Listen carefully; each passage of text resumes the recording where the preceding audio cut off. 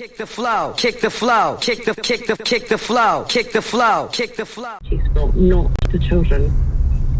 But you know, one of the counter-arguments to that is that women should be able to dress as they please without being concerned that some men may take that as a signal to behave as they please.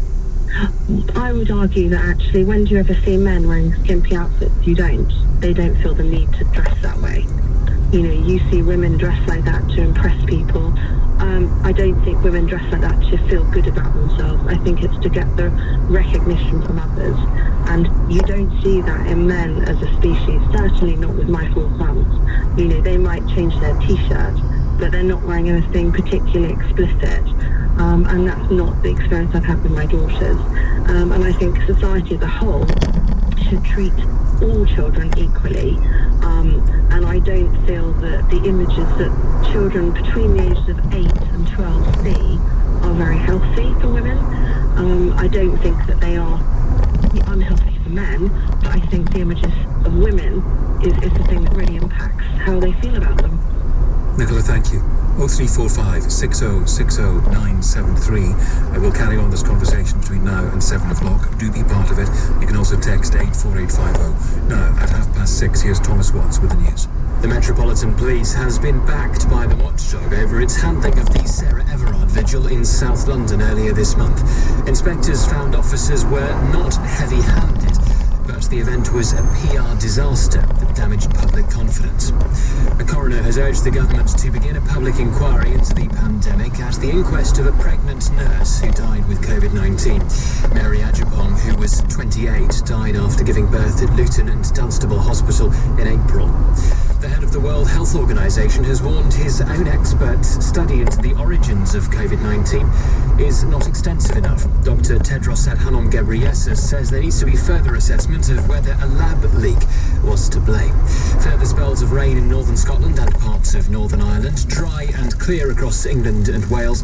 A low of 3 Celsius. Nick Ferrari at breakfast. LBC. A council put together to try and help businesses plan for growth. Secretary of State for Business, Kwasi Kwarteng. Why should businesses get involved? I think if we could reopen the economy on the 21st of June, we've got a real prospect of getting back to what they do best, of actually keeping the economy going. Can I just pick you up when you said if businesses are able to open in June? Is there still some doubt then about the roadmap? There isn't at all. Why did you say if then, Kwasi? All the data we've seen actually suggests that we're very, very likely we're going to hit those targets. Nick Ferrari at breakfast. Weekday mornings from 7. Listen live on Global Player. LBC. Tesco Mobile would like to say sorry on behalf of most of the other mobile networks. For years, they've been hiking up your bills mid-contract, making nearly £1 billion extra since 2013. And this spring, they'll do it again. That's a real kick in the Sims. Whereas Tesco Mobile have never raised prices mid-contract, ever. So if you'd like your price frozen for your whole contract, come and say hello. Tesco Mobile. Every little helps. See tescomobile.com/tariff-promise for full details. And now, mate, we understand the value of a dream. The dream wedding. The dream car. Or perhaps you're planning a few home improvements. With a Nutmeg ISA, you get jargon-free, expert investment management to help dreams become reality. And with a clear view of your investments 24/7 on desktop or mobile, we'll help you bring those plans a step closer. Services over the past year. London's weather: skies will remain quite clear tonight and winds will be light, lows of 5 degrees Celsius, that's 41 degrees Fahrenheit. For an update anytime, ask most smart speakers to play BBC News for London. The M25 still queuing clockwise at junction 26 for Waltham Abbey and anti-clockwise still busy approaching the Dartford Tunnel and approaching junction 29 at the A127. Severe delays continue around southwest and west London because of some temporary traffic lights near to Kew Bridge. They're faulty, and the A316 is still closed from Richmond Circus to Twickenham Bridge.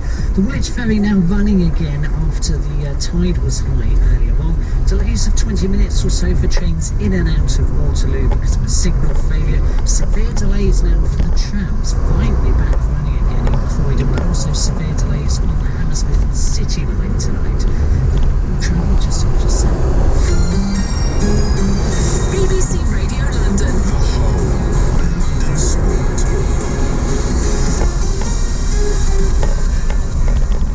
I'm Nigel With me with the Drive Time Sport. Good evening. The Chelsea playmaker Mason Mount is an injury down for England's World Cup qualifier against Poland at Wembley tomorrow night.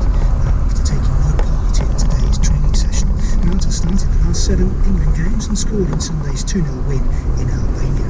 And 2 more Poland players have tested positive for COVID-19, bringing the total to 4. England women have named a strong 24-player squad for the upcoming friendlies against France and Canada next month. The captain, Steph Houghton, misses out through injury, but the Chelsea winger, Niamh Charles, has been called up.